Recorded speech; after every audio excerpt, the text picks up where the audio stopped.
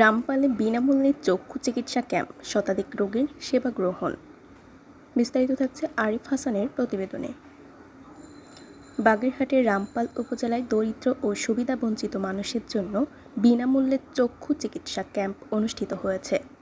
পরিবেশ, বন ও জলবায়ু পরিবর্তন মন্ত্রণালয়ের প্রতিমন্ত্রী লায়ন ডক্টর শেখ ফরিদুল ইসলামের মানবিক উদ্যোগে অন্ধত্ব প্রতিরোধ কর্মসূচি শীর্ষক এই ক্যাম্পের আয়োজন করা হয়।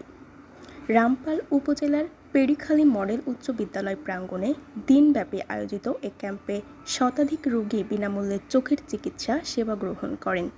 বিশেষজ্ঞ চিকিৎসক দল রোগীদের চোখ পরীক্ষা করে প্রয়োজনীয় পরামর্শ প্রদান করেন।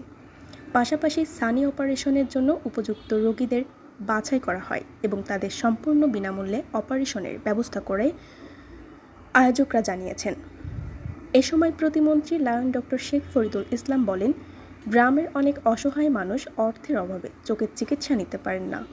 সাধারণ মানুষের দোরগোড়ায় চিকিৎসা সেবা পৌঁছে দিতেই এই উদ্যোগ নেওয়া হয়েছে এবং এই কার্যক্রম ভবিষ্যতেও অব্যাহত থাকবে।